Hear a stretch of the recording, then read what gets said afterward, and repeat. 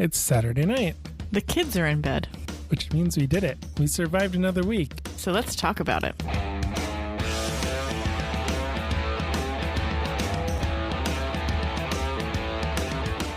From our latest homebrew project, To kids' crafting projects. it's just talking life with two young kids and two dogs. Grab your favorite beverage, sit back, Relax. and see where the conversation takes us. Sometimes we don't even know until we get there. This is the Craft Parenting Podcast.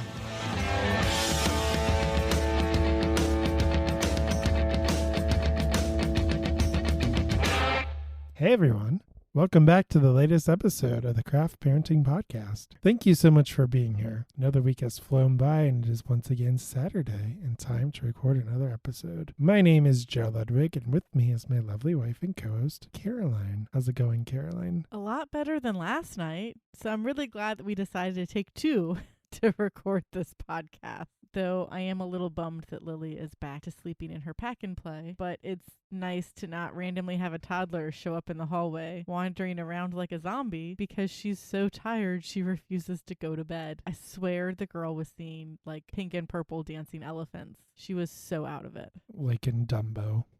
I have not seen Dumbo all the way through. I thought that was the reference. Are you thinking of, I've seen Heffalumps and Woozles from Winnie the Pooh. Yeah, those aren't really elephants, though. Those are heffalumps and moozles. Spoilers, Joe. Heffalumps are elephants. Just some things get lost in translation in the 100-Acre Wood. Like a Baxon, because we don't know how to read Baxoon. Well, by we, I really mean owl. You can't trust that guy. No, you really can't. Maybe I have a new What's Bugging Caroline in children's TV. We'll figure that one out later on in the episode. We have another great episode planned out for you this week. We are going to talk all about our favorite German dishes. I'm getting really hungry, even though we had a delicious dinner of cheese ravioli. But before we get to that, we wanted to give a special shout out to the Truth, Beer, and Podsequences podcast. Yeah, it's a Cincinnati beer podcast about Cincinnati beer podcasts. Very meta. It is super meta. So each week they recap the last week of podcasts and YouTube videos and various media that different breweries or Cincinnati beer bloggers have put out over the last week.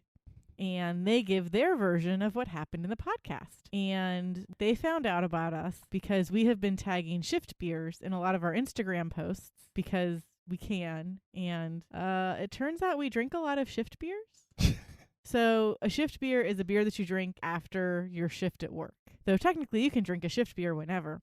But historically... If you work at a brewery. Yeah. So historically, if you worked at a brewery, at the end of your shift, you would be given a beer. Some breweries still do this to this day. It just whatever. But it can also just be the beer that you drink after work. Neither of us work for breweries, so it's just beer that we pay for. Since we had tagged Shift Beers in these Instagram posts, Shift Beers had shared them to their story, and the hosts of Truth, Beer, and Podsequences, Julia and Marco, saw all of these posts that Shift Beers was putting out with our name on it. So they listened to our Lily is 2 podcast episode, which isn't very beer heavy. But our next episode after that is all about Oktoberfest. So we're very interested to see what they are going to say about our Oktoberfest episode. For the most part, they got things right, kind of, with our story about Lily.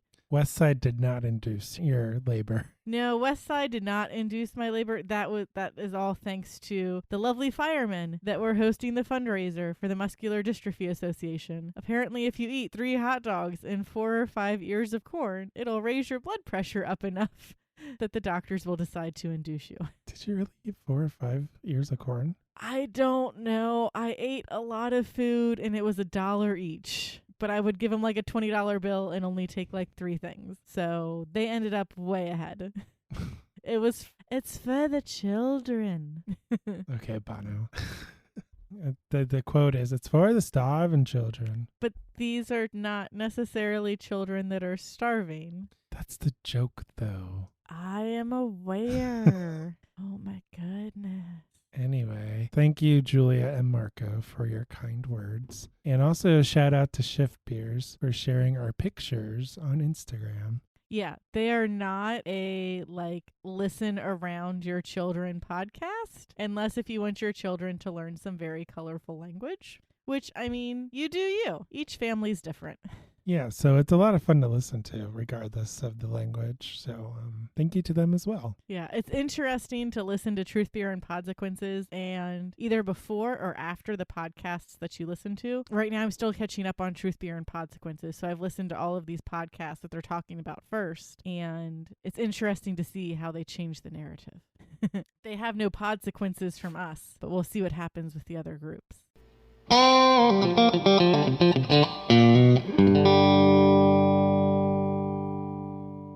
So, Caroline, what did we do this week? Well, Sunday morning, we woke up in a strange place. We were in the middle of nowhere, Ohio, and we were very confused because we were in the middle of a soybean field. Normally, I would say cornfield, but they're currently growing soybeans at the farm. We woke up at the farm in a house surrounded by soybean fields. I did not wake up in a soybean field. I woke up in a bed. Yeah. It was the first time the kids have slept together in the same room all night through, which is weird considering how old they are. But they were able to sleep in separate rooms when we went on vacation, so that was nice. It did not go well, did it? It did not, because they woke each other up.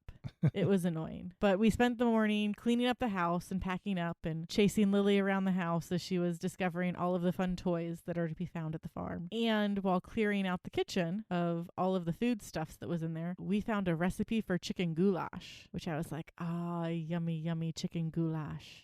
Get in my belly. It was a handwritten recipe. It was a handwritten recipe, and I mean, you can kind of use the term recipe loosely because it was all or most of the ingredients, but the instructions were kind of vague. But fortunately, I have cooked before, and it was enough of a template for me to make something out of it. This is my surprise space. A lot of the Donnerschwaben, a lot of the older folks at the Donnerschwaben, they write down these recipes, but it's like a pinch of salt or a pack of chicken. Yeah, 2 packs of chicken, not like chicken breasts, chicken thighs, not like 4 pounds of chicken, just 2 packs of chicken. Yeah, they all do it. It's not just my Oma who did it. It's just very vague because they didn't follow a recipe. They just cooked. They just did it.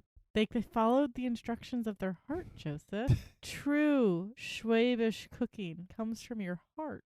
Yeah, and that makes it difficult for people my age to replicate the recipes, but you did make it. I did, and it turned out pretty darn on good. Moving on to Monday, you did make it on Monday, which was Labor Day. Yeah, so we were off, and I had a cold, so I was like, meh, I'm not really sure if I want to hang out over the stove all day, but the steam from the pot will probably help out my sinuses a bit, and there's 3 tablespoons of paprika in this. That will definitely help clear out my sinuses.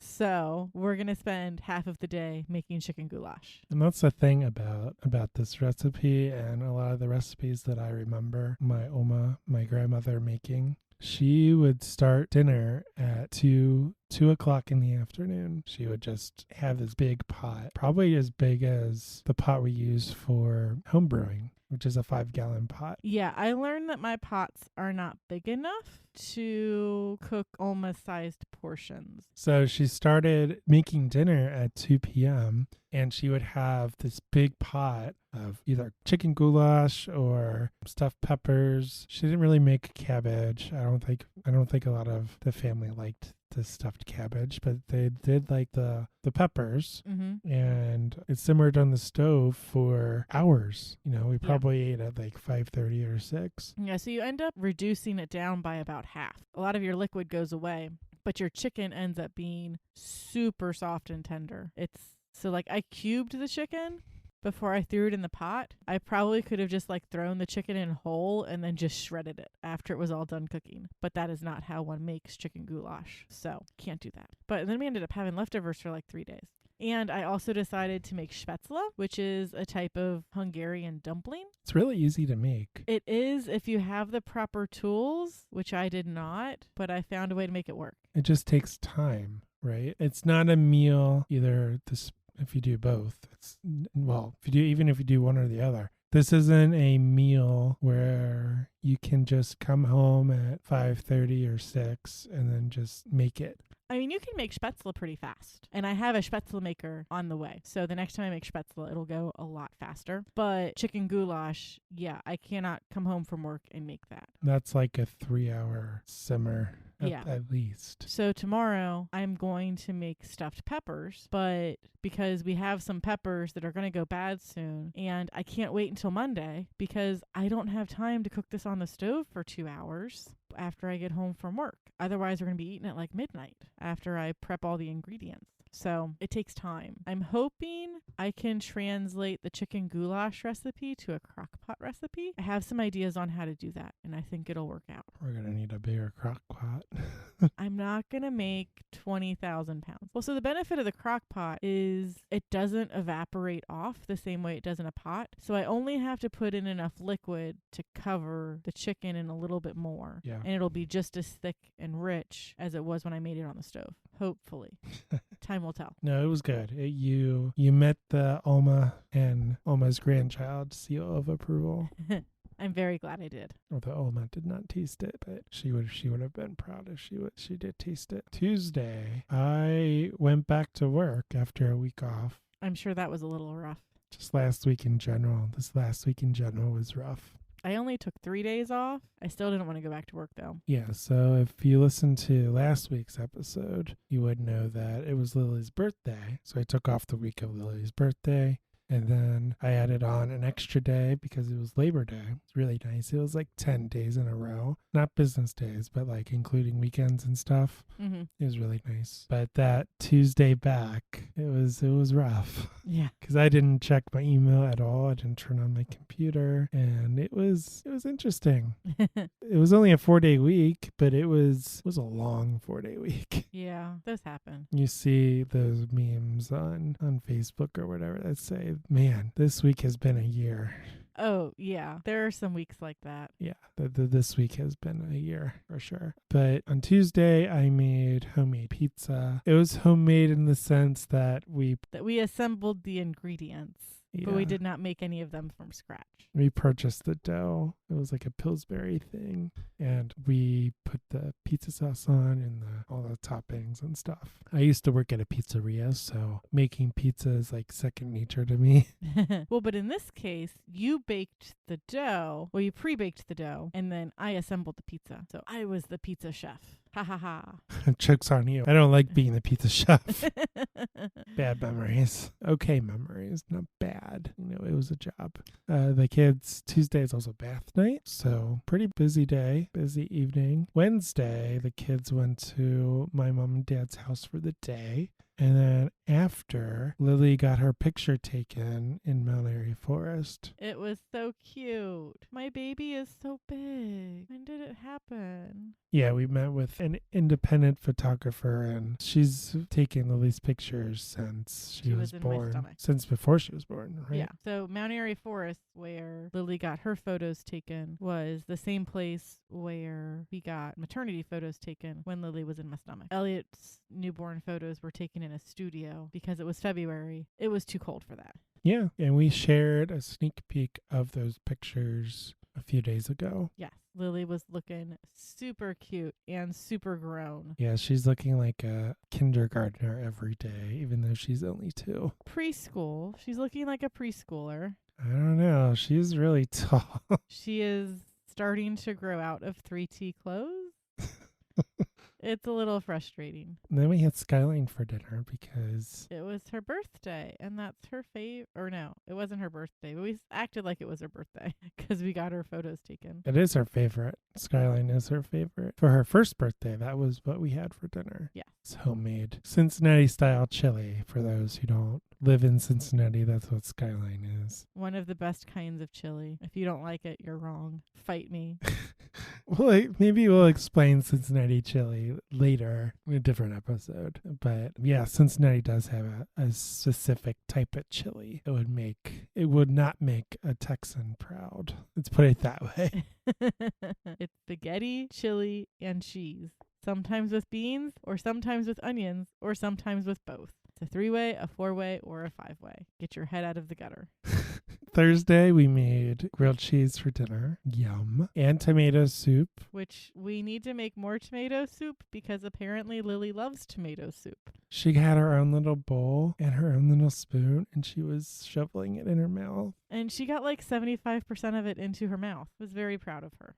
Friday, the kids had to stay home due to a child care issue. And Caroline, you worked from home too. I did, but of course, I had left my laptop at work because I was supposed to give a presentation almost first thing after I got to work. So I was like, oh, I'll just leave my laptop at work because then that way, as soon as I get to work, all I have to do is turn my computer on and I am ready to go. That did not work out for me. So I had to race to work before Elliot woke up and then race home. And basically, as soon as I got my computer up, I was giving a presentation. And then I had enough time to like eat a little bit of breakfast, check on the kids because Elliot had woken up in the time that I had left and like in the time it took me to go to and from work, and then give my second presentation and then just work from the dining room table while keeping an eye on the kids. And your mom was there too.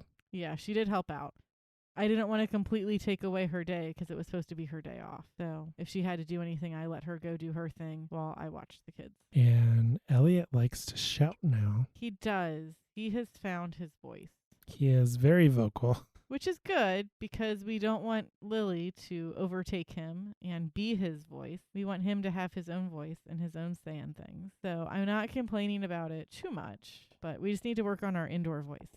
Saturday, we went to First Watch for breakfast, and Mr. Eli was a poopy butt.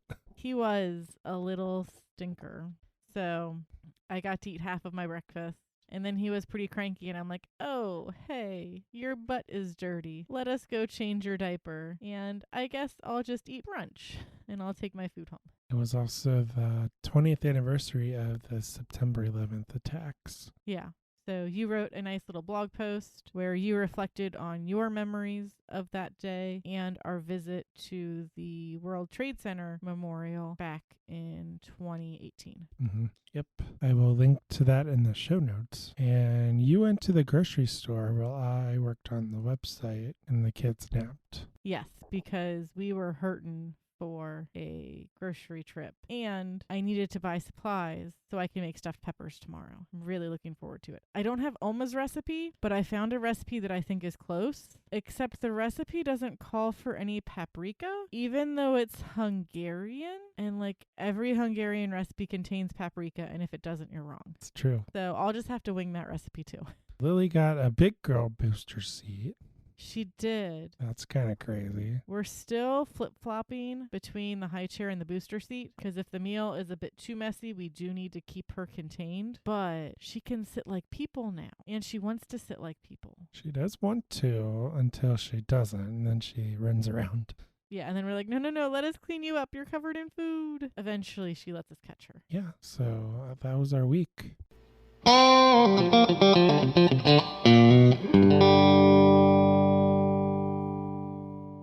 So now it is time for What's Bugging Caroline in Children's TV. Caroline, what is bugging you in children's TV? I'm dying to know. Okay, so recently we've started watching Reading Rainbow at night instead of Mickey Mouse Clubhouse, which is a dramatic improvement. I'm very grateful for it. I don't get as many things stuck in my head. It's mildly educational, but very entertaining. Lily likes it. And we're flip-flopping between 3 or 4 episodes. In one of the episodes, Aunt Lena does the Roomba, which talks about Broadway musicals, and they actually go behind the scenes at a Broadway musical. And of course, they chose the musical Cats. Of course. So I'm like, can you please pick maybe a different musical? It is not the Taylor Swift version of Cats. No, this is the original version of Cats. Because this episode was filmed in like the 90s, maybe the early 2000s, but I don't really think so. So yeah, maybe just like pick a different musical. I mean, what musicals were there back then? It's before Lion King, before Wicked. Before Beauty and the Beast, which is honestly like the best musical. So before Rent, probably. Yeah, I think Rent was the early 90s. 'Cause I think he wrote it in like the 80s. I don't know. Maybe they could have done like Phantom of the Opera, but I don't know that that's kid appropriate. Yeah, Phantom of the Opera probably isn't the best for kids. Maybe like Newsies was in. I don't know. When was Newsies? Now I need to like do some research on this so I know what I'm complaining about. 10 seconds later. Okay, so it originally aired in October of 1998. Oh, also, thing I just remembered from seeing the thumbnail from the YouTube video, the episode starts off with LeVar Burton in the shower. Now, it's like because he's singing a musical song while he's in the shower, because, you know, like people sing in the shower. And he puts on a robe, but it's still a little weird. Like maybe he could be like brushing his hair or like shaving or something instead of in the shower. Maybe they could have done Chicago instead. That would have been perfect. What is your favorite song from that? Oh, he had it coming. He had it coming. He had it coming. Oh, I don't know this song well enough to continue to sing it. Cabaret. That probably is also not great. In 1998, The Lion King, Beauty and the Beast was first, right? Or was it Lion King? Beauty and the Beast came out first. So I guess that would have... I guess a lot of the more modern Broadway shows would have been on Broadway. Yeah. Because I think Wicked was like around that time. Maybe. I don't know. Wicked is super old. So this is saying that, well, no, so Beauty and the Beast would have been out. So would Lion King. So they could have done Lion King, Beauty and the Beast. Wicked is 1990. Rent was out too. Oh, Wicked is 2003. Yeah, Wicked came out in the 2000s because Wicked was after Rent. Because Indina was in Rent and then was in Wicked and then was in everything. Everything? She does lots of things. She's very famous now. But yeah, they could have done like Beauty and the Beast or Lion King. Though they would have had to go through Disney for those and that probably would have cost them money.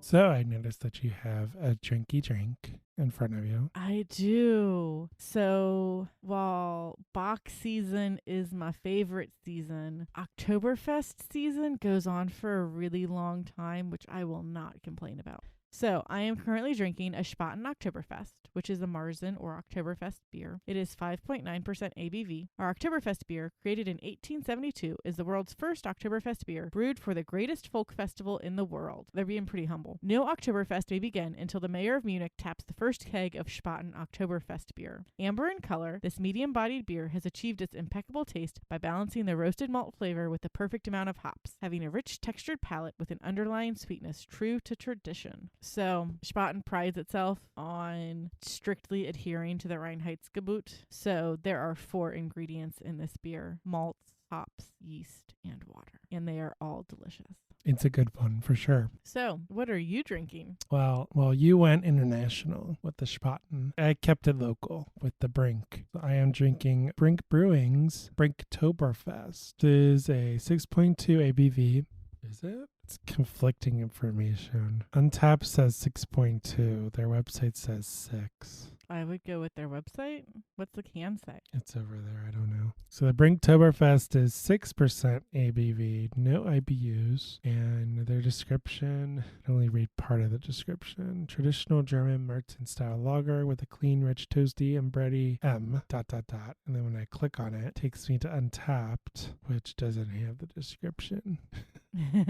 But it's good. Let me see if it's on the can. 1 eternity later.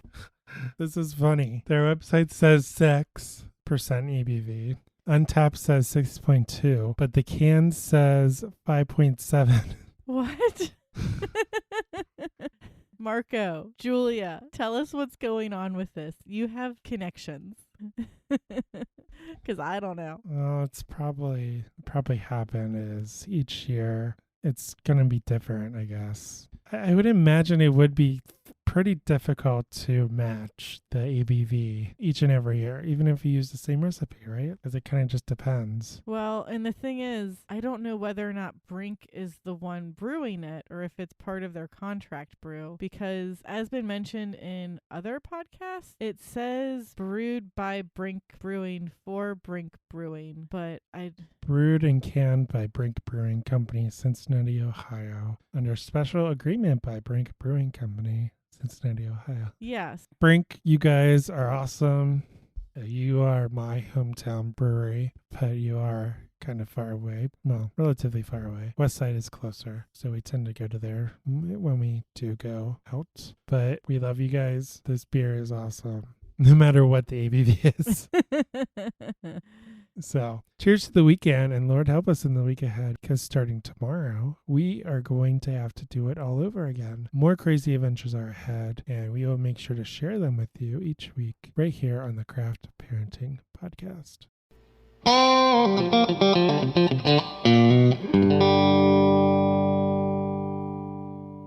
On to our main topic, which is all about our favorite German dishes. Growing up, my Oma and my dad's aunt, so my great aunt, would cook us dinner a lot, like the family, so the greater family. So for their family unit, for my mom and dad, my brother, and then all my cousins and aunt and uncle. Especially during the summer, we would go over their house and we would all gather around their kitchen table. We would eat dinner as a family. Typically, especially like I said, during the summer, typically it would be at least once a week, maybe even more. So I have very strong memories of my Oma in the kitchen, like I was saying before, preparing these big pots full of dinner, whether it was stuffed peppers or goulash or whatever. There would always be a soup, so something to eat before, and then the main meal. And I mean, Oma has a pretty decent kitchen, but it's not like a huge kitchen. No, this was in Cheviot, when they lived in I Cheviot. don't know what that kitchen looked like. Smaller. Oh boy. Because I want to say that I have more counter space than their current kitchen, but we also redid our kitchen, so I would have a lot of counter space when there's not a bunch of stuff on it I need to clean. Yeah, it was probably a little bit bigger than this room and this room. So our kitchen and... If you have the live stream, you can see what Joe's pointing to. So yeah, that was my experience growing up, and it was always home-cooked food. They always had a garden, and they grew peppers, so we would get the fresh peppers. They grew peppers and tomatoes, and I'm sure they grew other stuff as well. Lots and lots of flowers, but you can't always eat flowers. Right, I'm saying they had a garden, and my opa also had a really beautiful landscape. But you came into the picture like in 2010, and they didn't really cook as much, No. but you still experienced it to some degree, right? Yeah, so they wouldn't cook as much. We would be more liable to order pizza. You liked it when Josh grilled, my brother grilled. Yeah, Josh would grill every once in a while. But come fall, Oma would make stuffed peppers at least once. And then we would try to devour as many stuffed peppers as we could. Like, even if we couldn't always be there to eat it with them, they would send my dad home leftovers, and my dad would drop it off. Yes. Occasionally they would make chicken goulash as well. And while they didn't necessarily cook a whole lot, we were very involved with the Donnerschwaben. So we would help make stuffed cabbage, which would then turn into, oh yeah, we get stuffed peppers for lunch because we need to make sure that all of the meat that we just mixed is good. So we're going to make stuffed peppers for lunch, and then we're going to prep all of the stuffed cabbage to make for Oktoberfest. And we would do goulash dinners at least twice a year. We would help make Schnitzel every year. So while it wasn't necessarily your Oma doing all of the cooking, I still got to taste a lot of yummy Schwob recipes. So we're going to talk about some of our favorite recipes that we've had Oma make, we've made ourselves, or we've enjoyed at the Donnerschwaben. Most of these recipes are served with sauerkraut, or alternatively Rotkraut, which is a red cabbage sauerkraut that's more sweet than sour. And then usually a potato dish or spaetzle, and green beans, bread, and butter. Us Germans, we love our bread and butter. Breakfast usually consists of a lunch meat plate and bread and butter, right? A lot of European countries do that. They do the lunch meat. They eat a lot of lunch meat. I will not complain about smoked salmon at breakfast. It's so yummy. You had that in London, right? London, France, here, maybe even Scotland. Okay, let's get into it. So the first dish is, and these are in no particular order. No, we did not rank these. So yeah, these are not ranked. We love all German food equally. The first one on the list is stuffed peppers. So this is ground pork, rice, and spices stuffed into peppers. It's boiled in tomato sauce with some veggies. My Oma used to make it all the time, especially in the fall. She didn't use bell peppers. She used cubanula. I did not look up how to pronounce this. I'm going with cubanelle. It's lighter green and smaller overall than a bell pepper. Mhm. It's sort of like, it looks like a banana pepper, but it's closer in size to a bell pepper. So it's like 5 times bigger than a banana pepper. And It's hard to describe. It Yeah, has a it's- different taste than a bell pepper. yeah, there's definitely a big difference between the two. Hmm. And I only was able to get a handful of the quote unquote correct peppers. So we're going to have to go mostly bell pepper for this recipe, but that'll be okay. Yeah, we won't tell them. No, don't tell Oma. There are only so many different kinds of peppers that you can get at Kroger. No, but this was a staple growing up for sure. It was a real treat when Oma made stuffed peppers. Yeah, they made sure that everybody got their fair share. Hmm. So the next recipe is stuffed cabbage, which has the same innards as stuffed peppers, and it's a similar tomato sauce, but you also add in sauerkraut when you're doing all of your cooking. So that makes it a little bit more sour, because you get the fermented cabbage with the regular cabbage that you're using to stuff.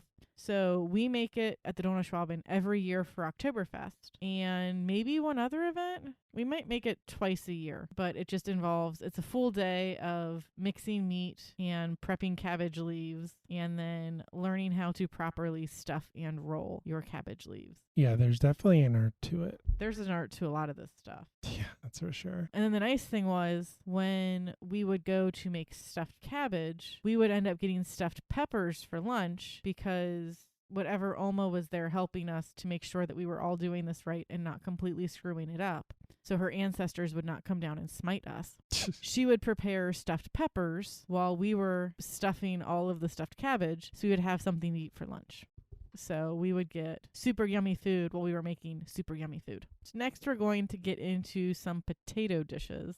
Because us Germans love our potatoes. Yes, lots and lots of potatoes. So the first thing is potato salad, which is a dish made from boiled potatoes and a variety of other ingredients. It's generally a side dish, and it is widely believed to have originated in Germany and then spread largely throughout Europe, European colonies, and later Asia. American potato salad most likely originated from recipes brought over to the U.S. by way of Germans and other European immigrants during the 19th century. So American-style potato salad is served cold or at room temperature. But a lot of the German recipe potato salad that I've had is served warm and usually involves some form of hard-boiled eggs. It's really yummy. Like 8 out of 10 would recommend. You're at least less likely to die of salmonella from it than you are from American potato salad that's been baking out in the sun during your picnic. Well, this says Asian-style potato salad is similar to American-style potato salad, but has a sweeter and eggier flavor. I don't know if I've had Asian potato salad. I don't know. I found that blurb that we just read from Wikipedia, so take it for what it is. Wikipedia. It's arbiter of truth. Hey, you add Boy Scout to the definitions of BS one time, and Wikipedia just cracks down on you and takes away your editing privileges for like a week. What? I was trying to win an argument. Yeah. It didn't work. So potato salad, I don't really like it. You call me a fake German for that. So when we first started dating, I was very annoyed, slightly disappointed, and tried so hard to get you to like all of these German foods that I like or have loved for years. Or since I was around the Donauschwaben, started like, I didn't like sauerkraut until I was around the Donauschwaben more. And then it was like, oh yeah, here's context for when we eat these foods, and they taste a lot better in that context. So I was trying really hard to get you to like these foods, quickly got disheartened because it wasn't going anywhere. And then I had an epiphany. At the Donauschwaben, you don't get to decide what your meals are for the most part. If they're serving you a meal, for example, at the dinner dance, you get Schnitzel, green beans, mashed potatoes, bread with butter, and Rotkraut. That is no substitutions. You can't go like double green beans. So you're always getting those 5 things, but you don't like Rotkraut. I do not. So then I get to eat your Rotkraut, and you don't get to eat anything off of my plate because I eat everything off of my plate. It's delicious. This is true.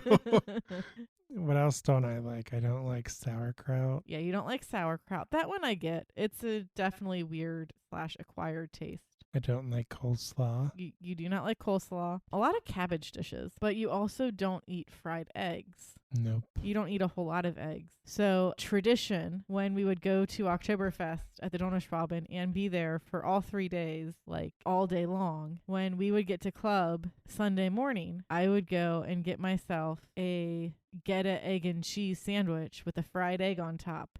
And it was so yummy. And I'd be like, you want a bite? And you'd be like, no, thank you. I will just stick with my plain Gouda and cheese. And I was like, mwahaha, it is all for me. We didn't include Gouda on this. We didn't. I don't know how that happened. We don't really want to talk about Gouda. Let's not get into Gouda, because then I'll learn too much about Gouda and I won't want to eat Gouda anymore. All you need to know is that Gouda is delicious, especially when cooked properly. True. Just mash it into a giant pancake on your burner and then flip it like halfway through and you are good to go.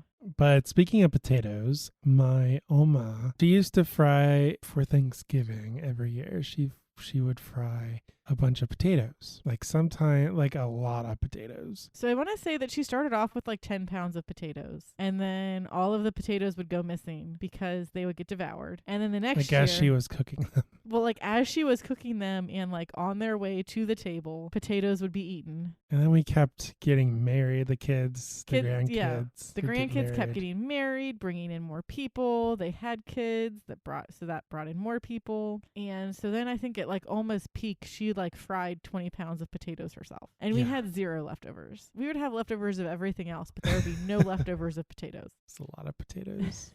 We're talking like 20 people though, right? Yeah. It wasn't until recent, but that's still a pound of potatoes per person for one meal.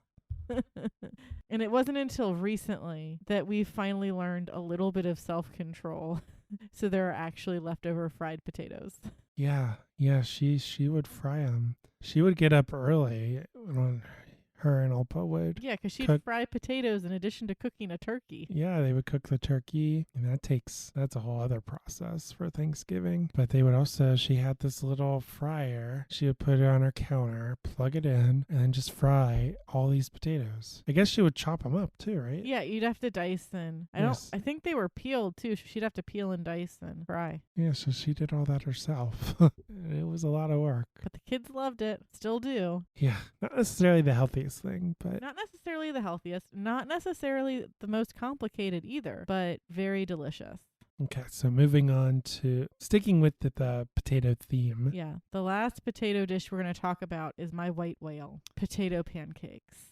So potato pancakes come in many forms. These aren't like the hash browns that you get at McDonald's. These are way better. But they're typically like mashed, shredded, which like shredded in the sense that they're grated, or like sliced potatoes put into a pancake shape with various spices and other ingredients. And then typically fried. Whether that's on the stove or in a fryer is entirely dependent upon what you have available to you.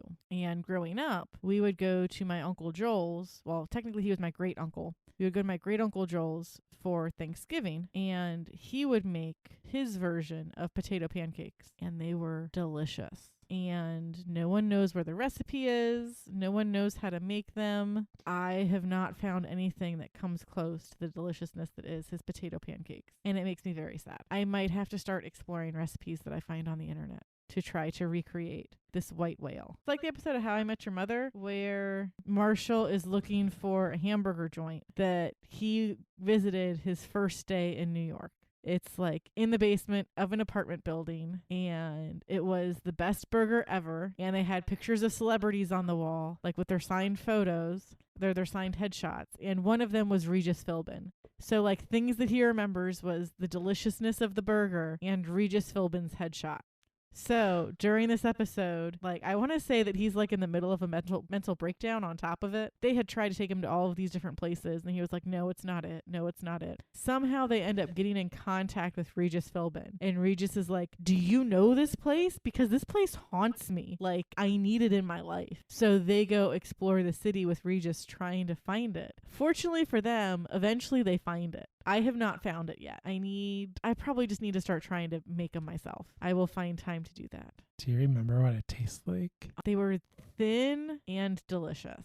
So far, most of the potato pancakes that I've had in the German context have been very thick. Like they've been closer to the thickness of hash browns, if not even a little thicker than that. Like Kreimer's Beer House is like the complete opposite of Uncle Joel's potato pancakes. Because they're very thick and mushy. His were like crunchy and thin and delicious. And I miss them. They were probably like super simple too, but I need to find them. Did he get them from a Betty Crocker book and claim it was his own recipe? Probably not. I mean, Uncle Joel was a fantastic cook. Because he would cook, I want to say he would cook most of the fixings in his little shotgun alley kitchen for Thanksgiving for all of these people. And he had some really good recipes. The next item on the list is chicken goulash. It's a fantastic meal. So this is cube chicken cooked in a heavily spiced pot of water. It is cooked until the water is half evaporated and the chicken is pull apart tender. So yummy. Basically like crock pot. But on the stove. Yeah, chicken, but on the stove. So if Oma was making goulash for the crew, it was usually chicken goulash, though she did make beef goulash occasionally as well. You mentioned this before, but you said you can probably maybe translate it to a crock pot recipe. We're going to find out. We'll see. Chicken paprikash is a similar dish, but involves the whole chicken pieces. Is that a thing? Yes. The internet says it's a thing. I'm pretty sure it's a thing. I want to say your Oma's maybe made it once or twice. She at least talked. It's like the fried chicken, but without, but it's not fried. It's cooked in a pot sort of thing. So it's like you take a quartered chicken and throw it in a pot with all the spices and everything. So you have a leg, like a chicken leg and a breast. Yes, like bone in. Yeah, I feel like we've had that before. Yeah, so that's chicken paprikash. It's similar, but slightly different. So while the sauce is red, no tomatoes are used in this recipe. Is that true? Correct. All the red comes from the paprika. Yes. Started off with about a gallon of water and 3 tablespoons of paprika. And the water was like a little red, but it wasn't like super red. And so at one point, while it was cooking on the stove, I had a spatula, like a rubber spatula, next to the pot that I was using to stir it. And you said, well, this is like a soup, so I'm going to get a spoon. So you would stir it with a spoon, but I stirred it with a spatula so I could scrape the paprika off the side of the pot every time I stirred it. And by the time it was done cooking, it was a very thick, very dark red sauce. No tomatoes were used in the cooking of this dish. No peppers either. Or no, I used 2 peppers. I used a green pepper and a yellow pepper. Like, the only thing red in this dish was paprika. Oh, boy.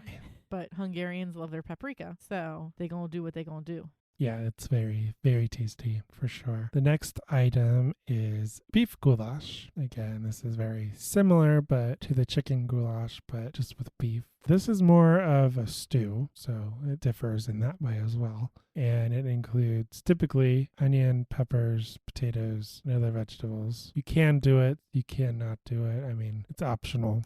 Obviously, paprika. You can include other spices as well. If you don't include paprika, you're wrong. But also, I found, and I don't remember where it was, so I can't like cite my source. It might have been Wikipedia, but somewhere they said, like, it was like somebody asked them, well, what's the difference between goulash and beef stew? Because basically they're the same. And they're like, the quality of the ingredients and the cooking. That's the difference. Yeah, again, this is one of those meals where you put it in a big pot on the stove and you let it sit. And like, I was kind of concerned with making chicken goulash because it's a lot to live up to, especially in this family where Oma makes it all the time. And I have to try to compete with that. You have to compete with the memory of that. Yeah, That's which worse. is even harder.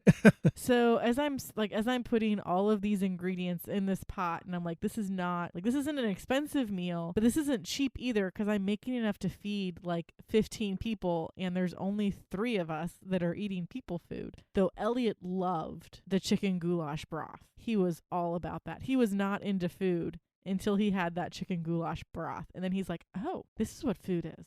I'm down for this. But as I'm pouring all of these ingredients into this pot, I'm like, well, I look at Joe and I'm like, well, worst case scenario, if this doesn't turn out, I can just change the spice profile and now we have chicken chili.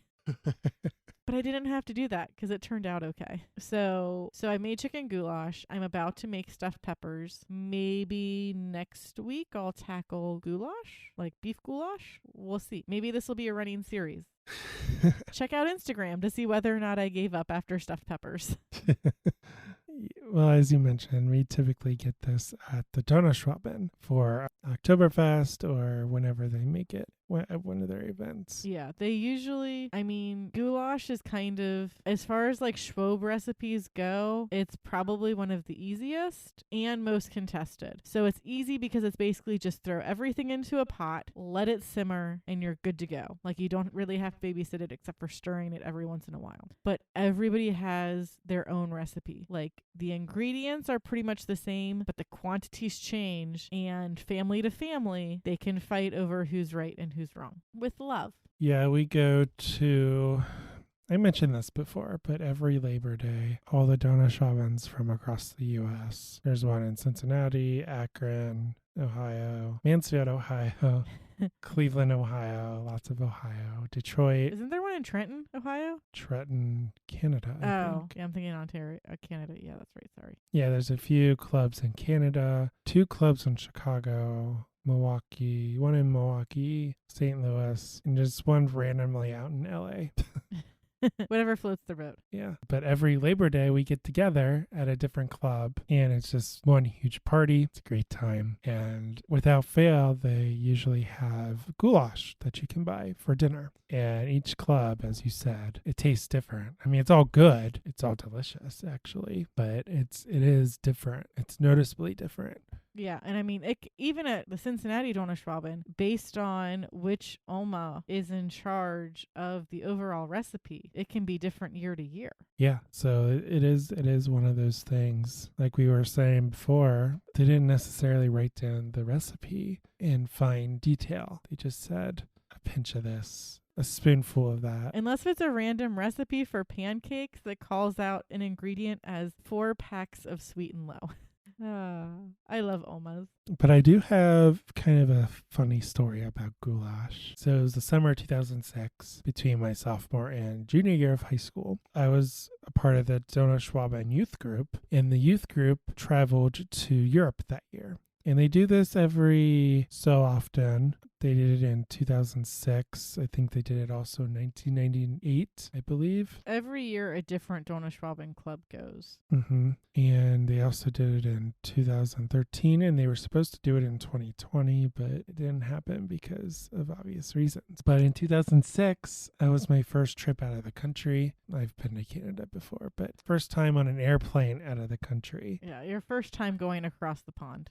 Yes. And we traveled from town to town. We went to Germany, Austria, Hungary on a bus. Sometimes we stayed with host families. Sometimes we stayed in hostels. And we literally danced for our supper and sang for our supper. So we had a 3-hour show, and we would perform this 3-hour show. Sometimes we would perform all 3 hours. Sometimes we would perform 1 hour of it. Sometimes we would perform 2 hours of it. It just kind of depended. Anyway, we were in Hungary, and one of the host families owned a winery. So they had like a wine cellar. It was underground. It was really cool. And the host family, he invited all of us to this place, and they had this big pot of goulash under the tree, literally. And I think there was like a fire, or maybe it was like a propane thing. I don't quite remember. It was probably a fire, but I wasn't there. Yeah, this was before Hungary was a part of the EU, if you can remember that far back. They had their own currency and everything. I think we still have some Freunts downstairs. Mm-hmm. That might have been from your 2011 trip, though. Yeah, maybe. So for dinner, we were going to have traditional Hungarian goulash. And we were all very excited. It smelled really good. So we all sat down, and they served it to us. And I don't know how to describe it. There were chunks of normal beef, I guess. And then there were chunks of this mystery meat that we didn't know quite what it was. You know, there were some younger people there, you know, probably like 13-year-olds, 12-year-olds. And then there were like the 28-year-olds. So the older kids were kind of teasing the younger kids about this mystery meat. They were saying, oh, it's horse, or oh, it's dog or deer, and no one knew what it was. And the chaperone who was there with us, he's kind of a jokester too. And Kind of? and he's the only guy who could speak the language, so he was the only translator. So it's hard to take him seriously sometimes. So he was kind of following along with this prank too, and he was trying to tell everyone that it was like horse, or I don't know if he was specifically telling us that, but some people were saying it was horse, some people were saying it was deer, some people were saying it was dog. I don't know. I mean, and in this family's defense, they were feeding a lot more people than they were used to feeding. And they probably weren't like rolling in the dough where, yeah, we can go put an eighth of a cow into this one pot of goulash. Yeah, I also remember that someone had this big leaf in their goulash. I don't think it was a bay leaf. You think it came from the tree it was under? Yeah, we think it came from the tree. This is why you have lids for your giant pots. Yeah. No, it was good. It was a fun night. It was a fun trip, too. Didn't you like have goose on one of your trips? Wasn't there like goose goulash or something like that? Or Yeah, was that this is I think this is the same one. Okay. This is the mystery meat. Some people said it was goose, I guess. I forgot about that particular. I've been told that goose is very fatty, so you probably would have known if it was goose, but I don't know. I don't know. Like I said, I was in high school. I didn't know. I had You- zero experience traveling international. You knew enough to not ask too many questions. Yeah, I just picked around it, I think. But the broth and everything else was perfect. It was just really funny that we had this mystery meat in the goulash. I bet if you would ask Eddie, he would tell you right away it was this, or oh, it was that. Mm-hmm. But it was funny. So moving on, another German staple is spaetzle, which is, I think you mentioned, it's homemade dumplings. So yummy. So it's pretty easy to make. If you have the right tools. Right, but as far as ingredients go, it's not a whole lot of ingredients. No. Not a whole lot of stuff going on. It's basically flour, water, egg, and some spices. And It's a pretty liquid dough. Like, it's not a pasta dough that's pretty stiff and has some structure to it. It's a pretty liquidy dough because you make it by dropping it through basically a cheese grater. Or if you're me, a spoon with holes in it, because that's the best thing that you have to put it through to kind of get the consistency that you want. So they end up being like lima bean-ish sized and relatively shaped like lima bean too, pieces of noodle that are so yummy. Yeah, they're good. And they typically go with Everything. your goulashes. Yeah. Like, yeah, it could go with anything, but that's the main dish that comes to mind. Very tasty. Now I'm hungry, right? I am starving right now. I just need you to know that. Like, I am making sacrifices for this show right now because I will eat you. I Okay. am very hungry. Well, we're almost done. I think we have 3 more.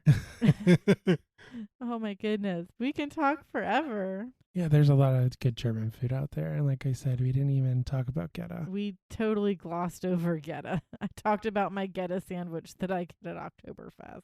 But the next item on the list is sausage. And at the Donauschwaben, we make a very particular brand of sausage. And by we make it, We literally make it. We literally make it. We do everything except slaughter the pig. Yes. We get ground pork from the butcher shop down the road, like pounds and pounds and pounds of ground pork, which we then lay out onto tables.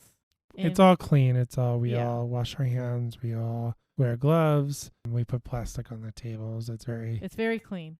yeah. When we mix the meat in 50-pound batches, where we add in water and spices per and Oma's instructions. Historically, that was Oma Prugel. I'm not sure who is in charge of it these days, though I'm sure Oma Prugel still helps out. And you just keep mixing the meat on this table with 4 other people until Oma says you're done. Yeah, usually they recruit the youth group. Yes. Sometimes also the shoe potler is invited as well. As That's many people as they can get. Yeah, that's the adult. The shoe potlers are the adult dancers. The youth group are the high school aged and college aged. Yeah. So you mix it until Oma says that you're done. Occasionally, she will taste a small portion of the raw meat to make sure that it is spiced properly. Usually, she can just tell by eye, though, whether or not it looks okay. You then form it into about 1 pound balls and stack all of those balls up on one end of the table. So you can literally throw those balls into your sausage press because you want to make sure that all of the air comes out when you throw it into your sausage press because you want zero air in your sausage casing. And then you have to put a casing, a really, really long casing, on your sausage press and just press until you cannot press anymore. And rinse and repeat until all of the sausage meat is gone from your table and you have a lot of long sausage rolls because you don't turn this into links. You just leave it as one very big long sausage. So we would make regular sausage, spicy sausage, and then smoked versions of both of those. And your spice profile would change based on what you were making. And this would be a fundraiser for the youth group when they travel. Yeah, this would proceed the travel fund for the youth group. So that's one of the reasons why the youth group was heavily involved with the making of it. And so then we would end up getting sausage for lunch. One of the stipulations was nobody can eat until one of the tables has produced some sausage that we can then cook, because there are multiple ways that you can cook it, but typically you leave it in a loose coil in a pan filled with water to about halfway up the sausage, and then you cook it in the oven and you rotate it rather frequently to make sure it doesn't get too browned on the outside until it is almost done cooking. And usually that's like when the water has evaporated, and then you just go and let it brown up a bit, and at that point you can slice it up into more sandwich length sausages for either like a sausage sandwich or something else along those. Kind of a side story, but kind of related to sausage. There's a German, I guess, tradition or ritual or a feast, traditional feast called the Schlockt Fest. The Schlockt Fest, I hope I'm saying that right, is a German term for, as I said, a ritual or ceremony, slaughter of an animal, which is often followed by a feast. Today, it usually refers to the practice in many parts of Germany, such as I don't know what that means. Palatinate? I don't know. So basically, it's a tradition. Once a year, they would slaughter the pig, and then they would have the whole town would gather and help, do what we did. Like they would make the sausage, or they would make, whatever they were going to make for the feast, and then they would have a big party. So that's like a traditional German thing that happened in the old country. Side story, I went to a Schlockt Fest when I went to Hungary, not in 2006, but I went to Hungary again in 2011 for the worldwide youth group meeting. It was like a workshop, 2-week workshop, very intense. We learned a bunch of dances, and then during the day, and then at night we would go have fun. So we went to a Schlockt Fest because it was traditional and the people there wanted to teach us about it, and they kind of played a practical joke on us. So we went into this room and there was a stage, and I think there was like a pig on a stage, like a live pig. And then they closed the curtain. Then we heard a bunch of squealing and then like a gunshot. And y'all are like, oh no, yeah. What did they do to this pig? Yeah. And then they opened up the curtain, and then it was a joke. It was like, oh my God, did they actually do that? But yeah, we actually had like a feast that day with the hosts and stuff, and it was lots of fun. So moving on to pork schnitzel, which is super yummy. It's one of my favorites. So good. So pork schnitzel is, I want to say it's pork loin. I forgot to look up what cut of pork it is. There are no bones in it, and this pork is tenderized to the point where it is the size of your face. And if it is not big enough to fit on your face like a gross face mask, keep pounding it out until it's thinner. And then it gets breaded and chilled before you fry it to perfection. So chilled? Yeah, you have to chill it before you fry it to make sure that it's nice and ready to go. So Joe's family makes this every year for the dinner dance in February. And we make so much schnitzel, and we love schnitzel, but we also loathe it because we have to make so much of it every year. Yeah, the dinner dance is an annual dance at the Donauschwaben. It's a dinner and a dance. My opa started it back in the day, and he kind of retired, and then my parents and my aunt and uncle took it over as the committee. And it's a very big committee, but it's made up of... But with a lot of food prep. Yeah, it's made up of both of our families. And we, at the peak, I think we typically make like 200 meals. Yeah, we make like 250 meals at the peak. 250 meals? Yeah, because we have to make food for all the workers too. And then if we have any leftover, we sell it out the window so people can take it home. So to put that in perspective, they start frying at like noon, and the dance starts at like 5. Yeah. Dinner service starts at like 6:30. Doors open at about 5, and we fry so much food, so much schnitzel. And in addition to that, like we're making green beans, we're making potatoes, we're making rote kraut. The kitchen is basically just The cake has to be chaos. cut. Yes, the cake has to be cut. Fortunately, because we have cake for dessert. Yeah, fortunately, we do not bake the cake. We don't necessarily have the time or the oven space to make our own cake at that point. No, we buy the cake. Yeah. For that particular event. We're crazy, but we're not that crazy. It's good cake though. They always do a good job picking that out. I've been doing the dinner dance since forever. I want to say like you were like super crazy little the first year that you went. The youth group serve the meal. They serve the meal to the patrons. Yeah, it's it's a sit down dinner. Yeah, it's one of the few. Actually, I think it's the only meal at the Donauschwaben where they will serve you, and it's one of the very few non-costumed events. So while a few people will be in dirndls or tracts, or they're black and whites. Typically, it's just semi-formal wear. I don't think any of the dancers perform either, do they? Nope, we don't have any dance groups perform, but we do bring in a band from Chicago. And when I say we bring in a band from Chicago, so there before is that, dancing. it was Louisville, I thought. Yeah, we did change up the band one year. I don't remember why. And when we say band, we mean like accordion, drum, trumpet. It's a German polka band. Yeah. So, if this episode made you hungry for some great German food, then stop by the Cincinnati Donauschwaben Society, link to their website in the show notes. If you're listening to this episode right after it airs, you have a chance to make it to their Oktoberfest for 2021, which is happening October 1st, 2nd, and 3rd. Otherwise, it's usually the first weekend in October, like the first full weekend in October. Occasionally, Friday falls on September 30th, but not usually. So, the link for the Cincinnati Donauschwaben website will be in the show notes so you can see about their Oktoberfest and any other upcoming events if it's too late for you to go to their Oktoberfest. And they are located at 275 and Coring Avenue. I wasn't going to include their address because it's just going to be a link in the show notes.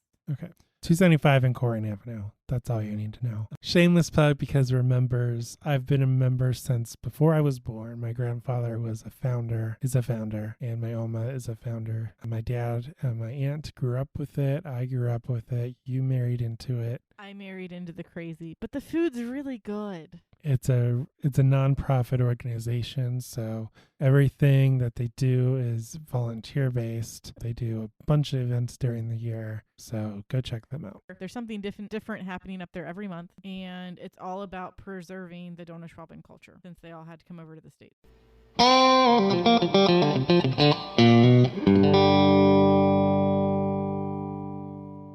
All right, so now it is time for Joe's dad joke of the week. So I haven't seen what your dad joke is. Oh, okay. But does it involve like bratwurst or some other kind of sausage? Because that's the easy play. Well, it's autumn for the British folks. I like fall because leaf fall down. I have to tell you a story later about that. But it mixes October with barbecues, like grilling. So kind of bratwurst, but not really. So this is the joke. Why did the skeleton go to the barbecue? I don't know. Why? To get another rib. Waka waka. I like Fozzie Bear. He's cute. that does it for this week's show. Thanks so much for listening. We want to hear from you. If you have ideas for a show topic, you have comments about a previous show, maybe you liked it, or maybe you learned something new. Regardless, there are many ways to get in touch with us. You can send us an email at craftparentingpodcast@gmail.com. You can follow us on Facebook and Instagram at Craft Parenting Podcast. There you will get updates on when new episodes have dropped, see pictures of our adorable kids, pictures of our shift beers, as we mentioned earlier, and a lot more. If you like what you hear, please leave us a rating and review on Apple Podcasts or your podcatcher of choice. Make sure to share the show with your friends, your family, your neighbor down the street. It's what helps our show grow. You can also send us stuff to our awesome P.O. Box. Always looking for craft supplies and pineapples for Steven because they're his favorite food. He loves pineapple. Maybe we should stop saying that so the post office doesn't hate us. Nah. All of this information is available on our beautiful website, which is www.craftparentingpodcast.com. So go check it out. That's where we post the show notes. Plus, we've been writing lots of blog posts about some of the stuff that doesn't make it in the show. And we have new content up there every Tuesday and Saturday for blogs. And then every Thursday, of course, is the podcast. Woohoo. If you haven't already done so, make sure you subscribe to the show. We are listed on Apple Podcasts, Google Podcasts, Spotify, Stitcher, and just about every podcast app out there. And with that, I'm Joe. And I'm Caroline. See you next time on the Craft Parenting Podcast.